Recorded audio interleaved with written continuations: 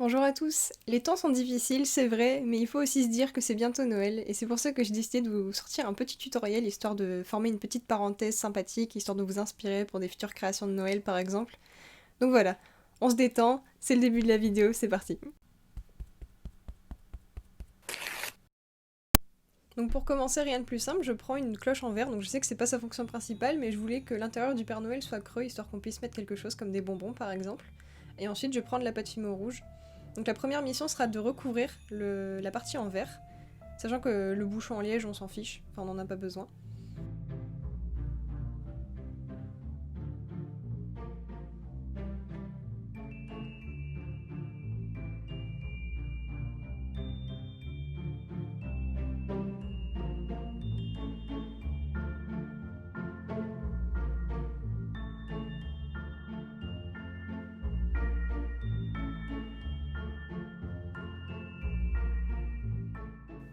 Là je vais faire les bras, donc je prends des petits bouts de cure-dent ou de brochette, ça permet de renforcer l'ensemble mais c'est surtout pour économiser de la pâte fimo et vu que je peux plus sortir de chez moi à cause du confinement, bah, le moindre gramme que j'ai économisé me convient.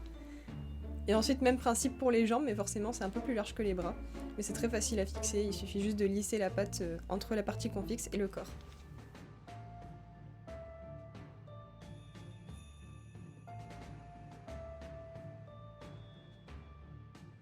Il est temps de rajouter un peu de couleur avec la ceinture. Donc je prends de la pâte fimo marron avec un effet un peu brillant. Donc ça se voit pas trop sur la vidéo, mais elle brille un petit peu.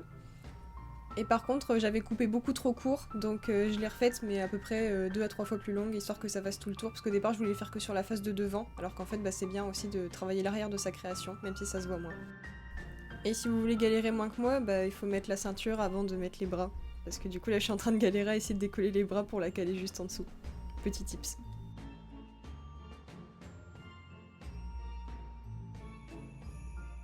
Toujours plus de couleurs avec la pâte fimo dorée. C'est un mélange que j'ai mélangé du marron de la ceinture avec du jaune un peu canari. Et je forme un carré creux pour faire la boucle de la ceinture et je viens fixer ça sur le dessus. Et avec la même couleur, je viens fixer 2 boutons et l'ensemble est déjà bien plus joli. La touche finale du corps avant d'attaquer la tête, donc je place les différentes bandes blanches du costume du Père Noël, donc au niveau des bras. Et ensuite la tête, ça a été une vraie galère, j'ai fait n'importe quoi, mais en même temps je savais pas ce que je faisais. Donc un essai infructueux avant de trouver une bonne méthode, donc j'ai utilisé un emporte-pièce que de toute façon je n'utilisais vraiment jamais. Et donc première couche avec du beige, j'entoure juste l'emporte-pièce, comme ça. Et ensuite je prends une bande beige assez épaisse que je viens mettre au milieu. Et la première étape c'est de lisser avec son doigt pour essayer de répartir un petit peu quand même au niveau du cylindre. Mais ça n'a pas besoin d'être parfait, c'est juste un peu grossier histoire de répartir la pâte. Et ensuite je tourne entre mes mains pour faire comme si je voulais faire une sphère en pâte fimo. Donc première couche, ça ressemble pas à grand chose, donc je recommence, un peu plus fin. Même principe, je réétale un peu avec mes doigts. Donc voilà, c'est très grossier comme vous pouvez le voir. Et ensuite je recommence à faire la sphère. Et là, la magie opère. Magnifique.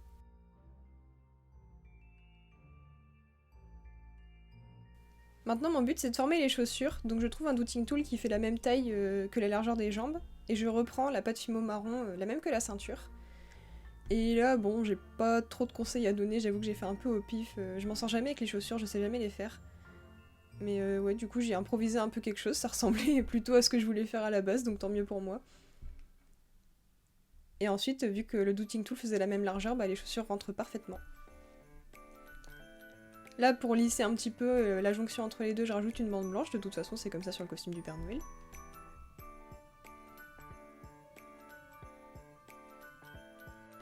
Maintenant je m'attaque au visage, je commence par la moustache et la barbe, avec de la pâte fimo blanche évidemment. Et puis ensuite j'aurai plus qu'à faire le nez, les yeux, et après il restera plus beaucoup.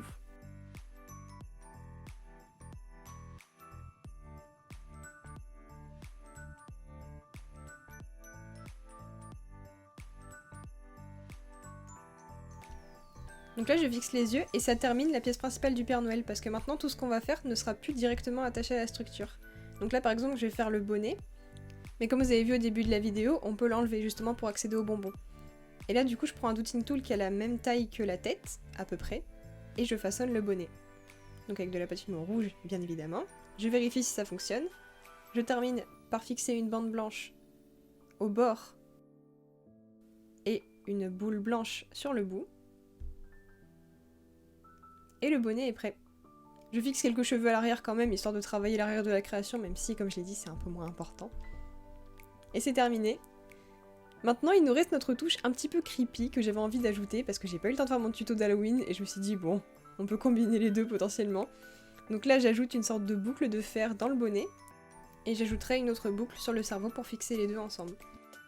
Donc là, je vous montre rapidement comment je fais les deux hémisphères du cerveau, avec de la pâte fimo beige, parce que de toute façon, ce sera recouvert ensuite.